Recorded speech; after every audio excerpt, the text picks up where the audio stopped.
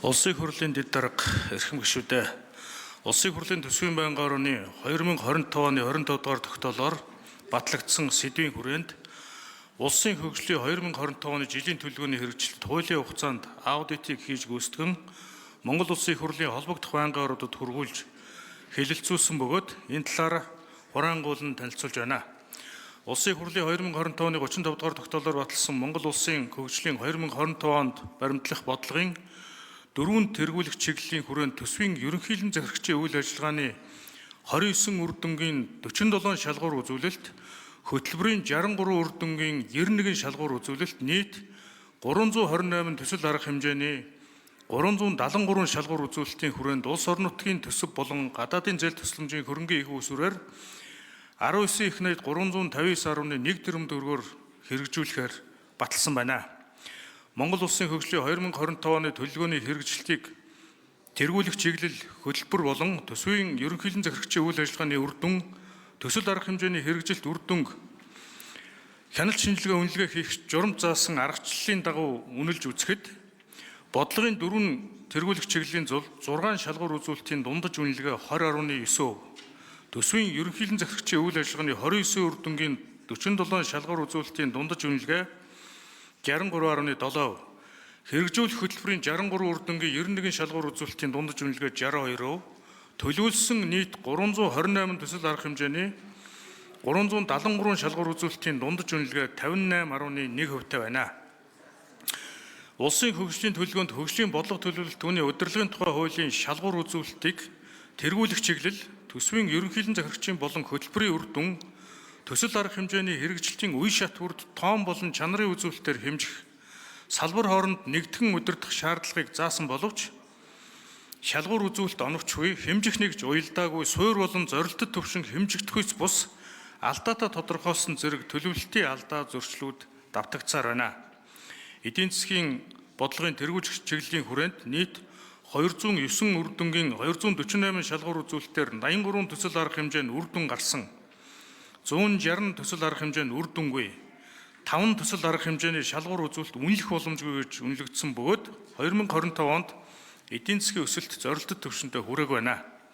Бүсчилсэн хөгжлийн бодлогын тэргүүлэх чиглэлийн хүрээнд нийт 62 үр дүн 67 шалгуур үзүүлэлтээр үнэлсэн бөгөөд аймагуудын өрсөлдөх чадварын индексийг тогтоогүйгээс үнэлэх боломжгүй, хотын хөгжлийн индекс нь зорилттой түвшинд хүрээгүй тул 43.4%-аар үнэлэгдсэн байна.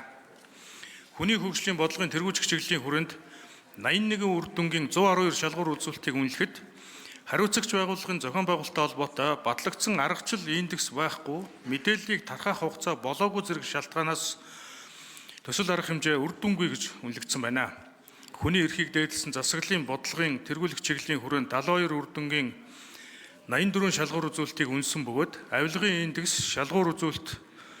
зорилттой түвшиндээ хүрээгүй, Дэлхийн банкны засаглалын үзүүлэлтийн статистик тоон үзүүлэлт харах хугацаа болоогүй тул үнэлэх боломжгүй гэж тайлбарлагдсан байна. Улсын хөгжлийн төлөвлөгөөний хэрэгжилтийг зорилттой түвшний 85%-аас дээш бол үр дүн гарсан,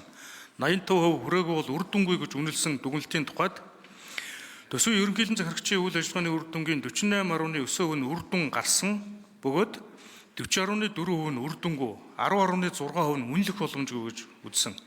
Хэрэгжүүлэх хөтөлбөрийн 40.6% нь үр дүн гарсан бол 52.7% нь үр дүнгүй, 6.5% нь үнэлэх боломжгүй. Батлагдсан төсөл арга хэмжээний 42.6% нь үр дүн гарсан, 56.5% нь үр дүнгүй гэж үнэлэгдлээ. Улсын хөгжлийн 2025 оны төлөвлөгөөний санхүүжилтийн тухайд нийт төсвийн 7 их найд 336.4 тэрбум төгрөг буюу 37.9%-ийн санхүүжилт хийгдсэн байх бөгөөд үүний 19.8% буюу 1 их найд 449.3 тэрбум төгрөгийг улсын болон орон нутгийн төсөв, 19.5% буюу 1 их найд 429.6 тэрбум төгрөгийг гадаадын зээл тусламжийн их үүсвэрээр, 21.9% буюу 1 их найд 605.5 тэрбум төгрөгийг бусад их үүсвэрээр, 38.9% буюу 2 их найд 852 тэрбум төгрөгийн гадаад дотоодын хөрөнгө оруулалтын их үүсвэр байхаар тооцоолж тусгасан. Төр хувийн хөвшлийн төлөвшлөөр гүйцэтгэх төсөл арга хэмжээний 4 их найд 463.6 тэрбум төгрөгийн санхүүжилт хийгдээгүй. хэрэгжилт хангалтгүй байгаа дүгнэлт хийж, хөгжлийн төлөвлөгөөнд төр хувийн хөгжлийн түншлэлийн гэрээгээр хэрэгжүүлэхээр арга хэмжээг тусгахдаа хөгжлийн бодлого төлөвлөлтөөний удирдлагын тухай хууль заасны дагуу судалгаа шинжилгээнд суйрлан урьдчилсан үнэлгээ хийж төлөвлөх шаардлагатай байна. Аудитын дүгнэлтэд үндэслэн эдийн засаг хөгжлийн сайдад хөгжлийн төлөвлөгөөг хуулийн шаардлагад нийцүүлэн боловсруулах чиглэлээр 2 зөвлөмж, сангийн сайдад улсын төсвийг хөгжлийн жилийн төлөвлөгөө хэрэгжүүлэхэд чиглүүлэх талаар 1 зөвлөмж, төсвийн ерөнхийлөн захирагч нарт улсын хөгжлийн жилийн төлөвлөгөө төлөвлөх хэрэгжүүлэх тайлглыг сайжруулах чиглэлээр 3 зөвлөмж, засгийн газрын хяналт хэрэгжүүлэх газарт төлөвлөгөөний хэрэгжлэлд хяналт шинжилгээ үнэлгээ хийх чигүүргээ өр нөлөөтэй хэрэгжүүлэх чиглэлээр 1 зөвлөмж, нийт 7 зөвлөмжийг хүргүүлээд байна. Улсын хурлын эрхэм гишүүдээ